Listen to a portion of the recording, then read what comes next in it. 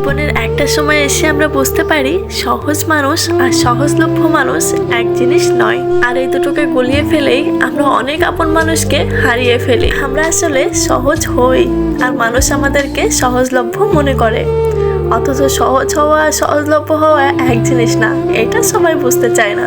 সহজ মানুষগুলো সম্পর্ককে জটিল করতে চায় না, তারা প্রতিদানের হিসাব রাখে না, অহংকার দেখায় না, ছোট ছোট ভুলগুলো সহজেই ক্ষমা করে দেয়। তো পৃথিবী যে বড়ই বৈচিত্র্য, এমন অনেক সরলতাকে অনেক সময় সবাই দুর্বল ভেবে বসে, মনে করে এই মানুষটা তো আছেই, ডাকলেই পাওয়া যাবে, কষ্ট দিলেই চলে যাবে না, অবহেলা করলেও ফিরে আসবে।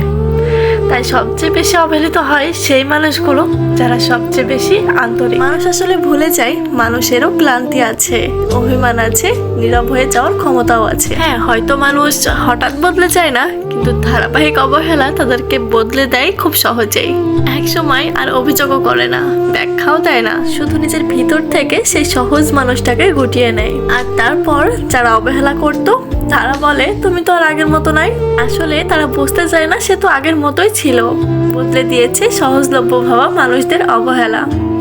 যে মানুষটাকে সবসময় হাতের কাছেই পাওয়া গেছে, সে একদিন সবচেয়ে দূরের মানুষ হয়ে যায়।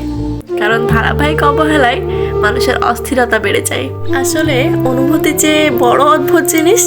আপনার জন্য যার কোনো অনুভূতিই নেই, তার সামনে আপনি কাতরাতে কাতরাতে ভেঙে পড়লেও তার কিছুই আসে যায় না। যে মানুষটা আপনাকে সত্যিই অনুভব করে, তার সামনে আপনার আঙ্গুলে সুই ফুটলেও তার বুকের ভিতর ব্যথা লাগে। তাই সহজ হয়ে মেশা মানুষকে কখনো সহজলভ্য ভাববেন না, কারণ মানুষের ধৈর্য শেষ হয়, অপেক্ষাও শেষ হয়। কিন্তু সবচেয়ে ভয়ঙ্কর যেটা, সেটা হচ্ছে একসময় অনুভূতিও শেষ হয়ে যায়। আর যেদিন সেই অনুভূতিগুলো মরে যায়, সেদিন হয়তো আপনার হাজার ডাকেও সে আর ফিরে তাকাবে না। আসলে কি জানেন তো, কিছু মানুষ আসলেই খুব সহজ হয়। তাদের ভালোবাসা পেতে অনেক কিছু করতেই হয় না, তাদের কাছে নিজের গুরুত্ব প্রমাণ করতে হয় না, একটু ভালো করে কথা বললেই তারা খুশি হয়ে যায়, একটু সময় দিলেই তারা আপন করে নেয়। তারা সম্পর্কের হিসাবই রাখে না, কে কখন কি করছে, কে কতটুকু দিল, এসবের হিসাব নিয়ে বসে থাকে না, বরং ছোট ছোট ভুলগুলো ক্ষমা করে দেয়। অনেক সময় না বলেও বুঝে নেওয়ার চেষ্টা করে।